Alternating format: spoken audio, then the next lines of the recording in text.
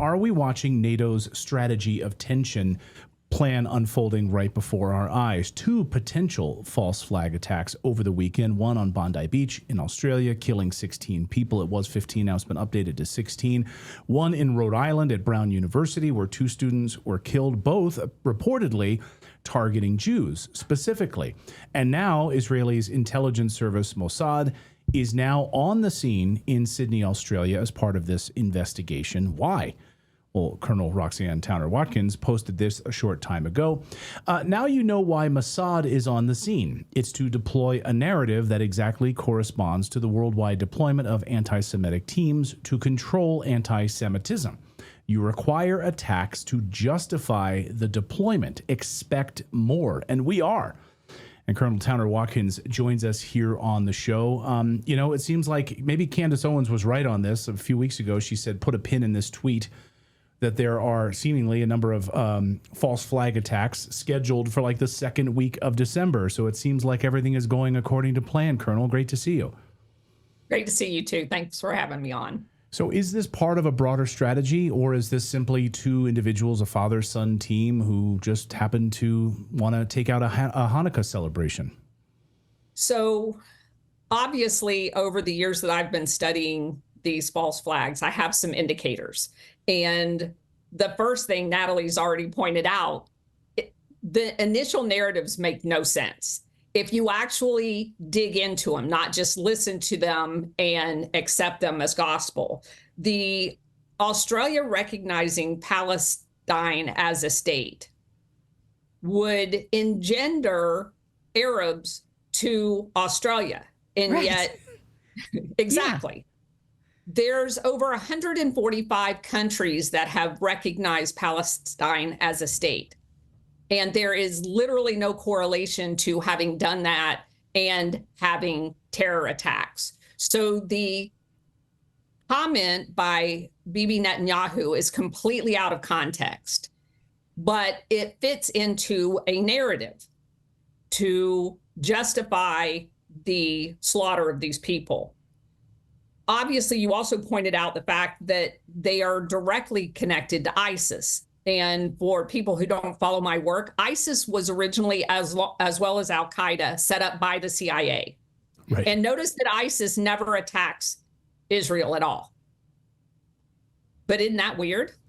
Right. And when you look and when you see the training, you see the firing of the gun in any of the videos of the individual, the son specifically firing the weapons. People have timed his long rifle shots to, I think, here it is, like 5 shots in like 4 seconds, or 4 shots in 5 seconds, like a remarkable. And a lot of eagle-eyed members of the military said this guy clearly had training.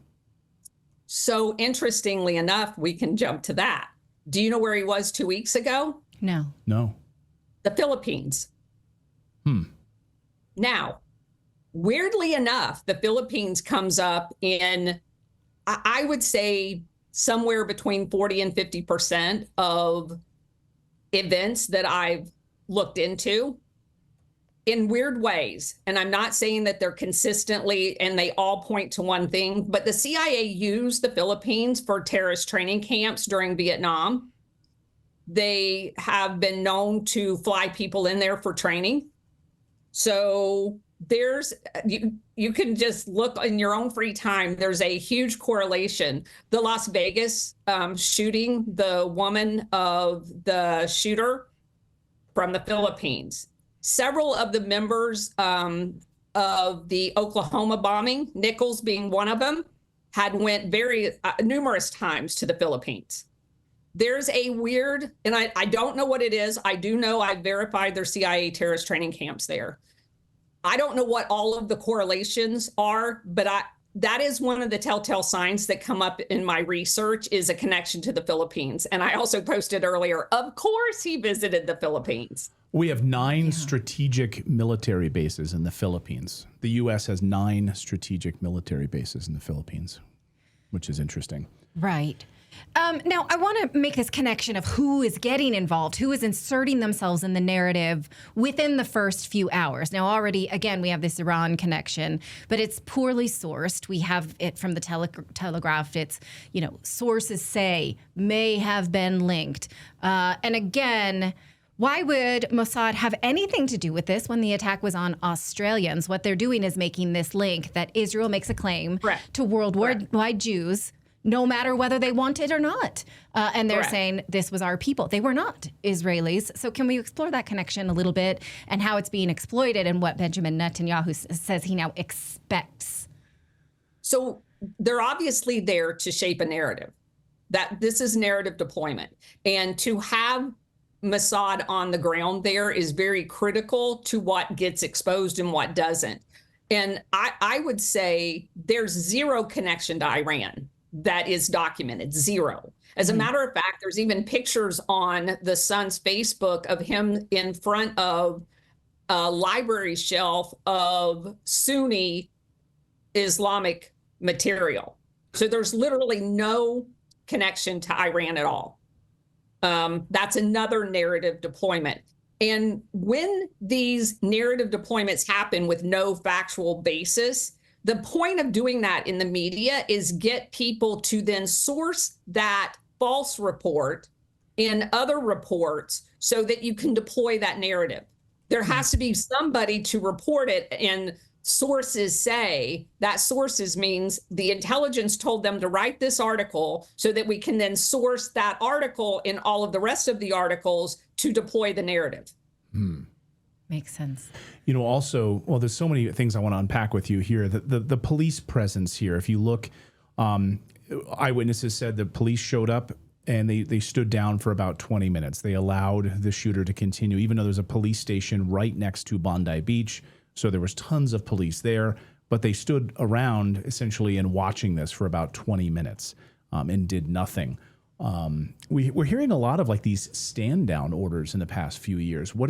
Sounds like October 7th, doesn't it? Yes. At least it wasn't 7 hours of standing down, but 20 minutes is enough for a lot of innocent people on the beach to be shot and killed. But you have those in school shootings as well. Where like Uvalde, where everybody just kind of stands around and lets the massacre happen. And then, okay, we'll move in. To me, that's a clear indication that there's planning ahead of time. There, in one of the videos, they even show a cop guy going by that bridge while the shooter's actively shooting. So, what's going on down there? You watch that full 10 minutes video, you can see him just go right by the bridge. Yeah. As he's just picking people off on that bridge area. Yes. So go ahead. No, it's just remarkable to me. And it's amazing what you point out about Iran. Almost immediately, Benjamin Netanyahu says Iran. And all of this coincides with what has unfolded at Brown University, targeting Jews there, reportedly. And then also, I found this very curious. We suddenly have this announcement about the New Year's Day or the New Year's Eve bombing in New Orleans. Do I have that correct? I think so. And they make the announcement that they were pro-Palestinian individuals who carried this out. So it took 1 year, almost a year, to get this, but it all comes out almost on the exact same day. Just seems odd. Very narrative driven. What would you say? And that's what I look for. I'm sorry. Go ahead. Well, what would you say to someone who says, oh, no, Israel needs to get involved because of the Five Eyes agreement and because Israel's the only one who is going to speak out on and protect Jews? And I say, oh, well, that's interesting because October 7th, not to mention the attacks from the Zionists in the 40s on global Jews. So what would you say to that? Like, oh, no, they are going to do right by global Jews. They need to be the ones in charge here. Well, history doesn't bear that out, obviously. I'll give you an example. The recent today, multiple tweets or post on X of Laura Loomer and her insistence that we need to recreate the JDL, the Jewish Defense League. If anybody knows that history, the JDL was a terrorist organization that was caught multiple times. Like in one case in Philadelphia, they were dressing up and hosting a Nazi parade under a false name when the guy's name that did it was actually Mordecai Levy. And so they deploy these narratives, and there's way too many to name in just a news segment, but there's multiple occurrences where and I said to Clayton before we went on the air, when you have to actually create anti-Semitic events, you don't actually have anti-Semitism. Because if anti-Semitism was so prevalent, you wouldn't have to create events to claim they're anti-Semitic. And yet throughout history from 1948 till today, there you see a perpetual wave of false portrayal of Jewish people pretending to be something other than Jewish people in order to trigger an attack on the Jewish people so they can claim anti-Semitism. But what you're saying, go ahead, David. I was just going to say real quick, it's like a mass Jussie Smollett situation. Yes. If you've been seriously injured, your case could be worth millions, and you should know exactly what your rights are. That's why I want to tell you about Morgan & Morgan. They're America's largest injury law firm with over 1,000 attorneys working in all 50 states. And unlike a lot of firms that settle quickly, Morgan & Morgan doesn't take lowball offers from insurance companies. Just in the past few months, they won $12 million in Florida when the insurance company offered only $350,000. And in New York, they secured $6.8 million on a case where the offer was just $275,000. And the best part? It's absolutely free unless you win. Insurance companies try to pay out as little as possible.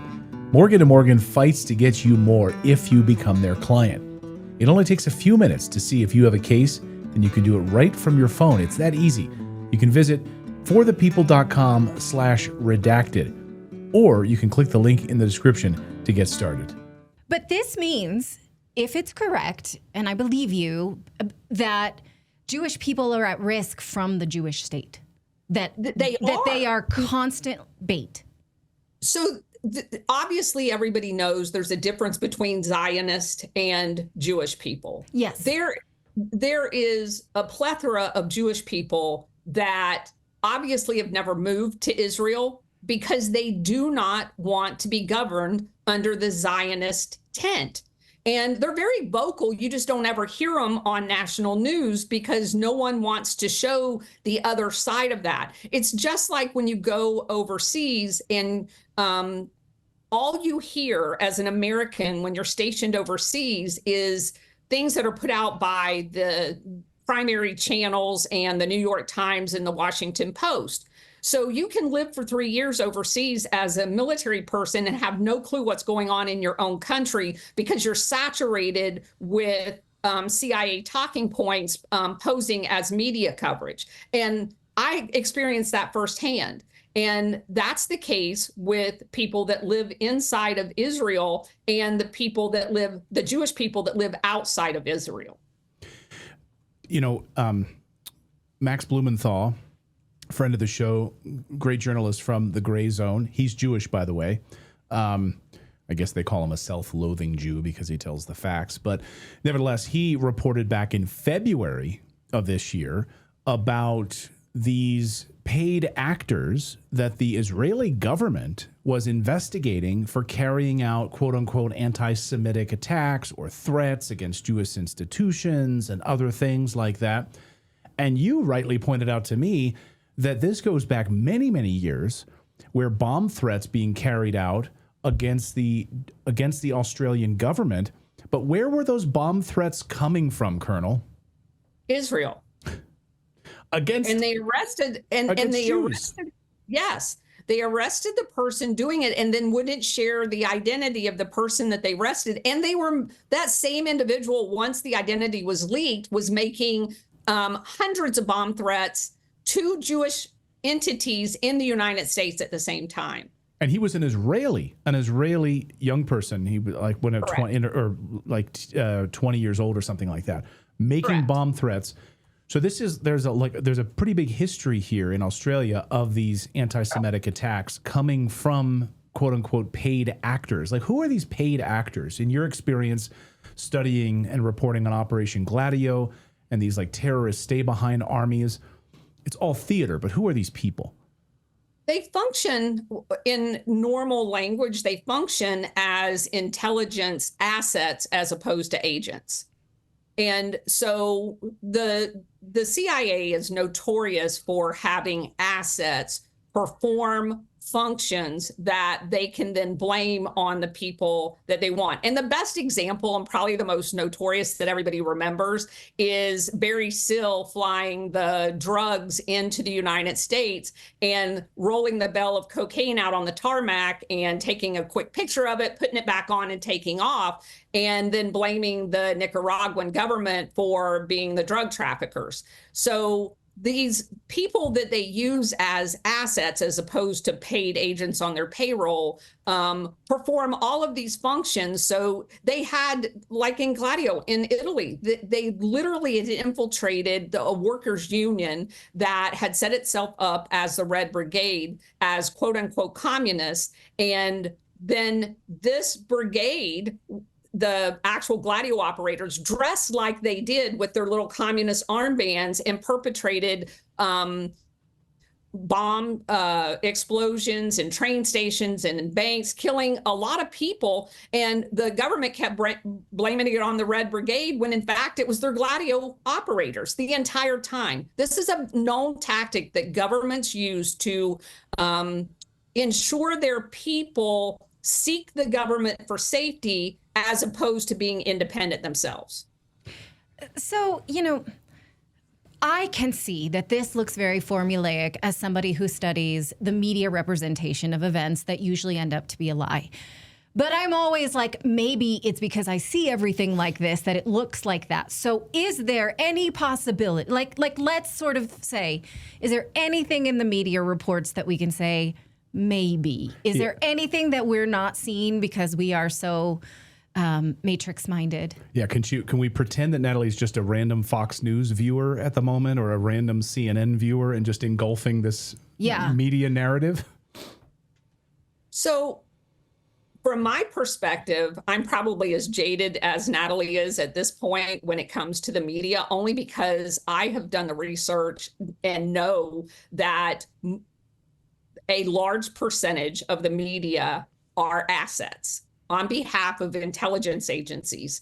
And it's been documented, it was in congressional testimonies in the 1970s, that all of the major networks, ABC at one point was basically owned by a front of the CIA, the Washington Post, the New York Times, they have people that function as a reporter and be fed approved articles, and all they do is slap their name on it. As a matter of fact, the guy that exposed it in Europe, whose name I don't remember, in Germany, they assassinated him. He wrote a book about it.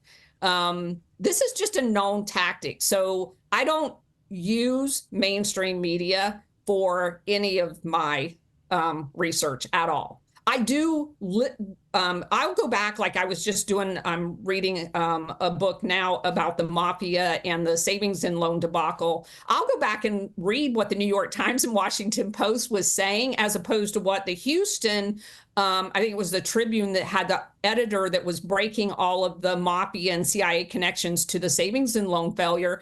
And they're night and day. One guy's actually on the ground writing, and not a single other mainstream media. It was not on news anywhere on mainstream television. And he's breaking story after story of the connections of the mafia and the CIA to the savings and loan debacle. And you would not even know it existed until about 10 years later. Well, it's like the incredible work of Bob Woodward and Carl Bernstein.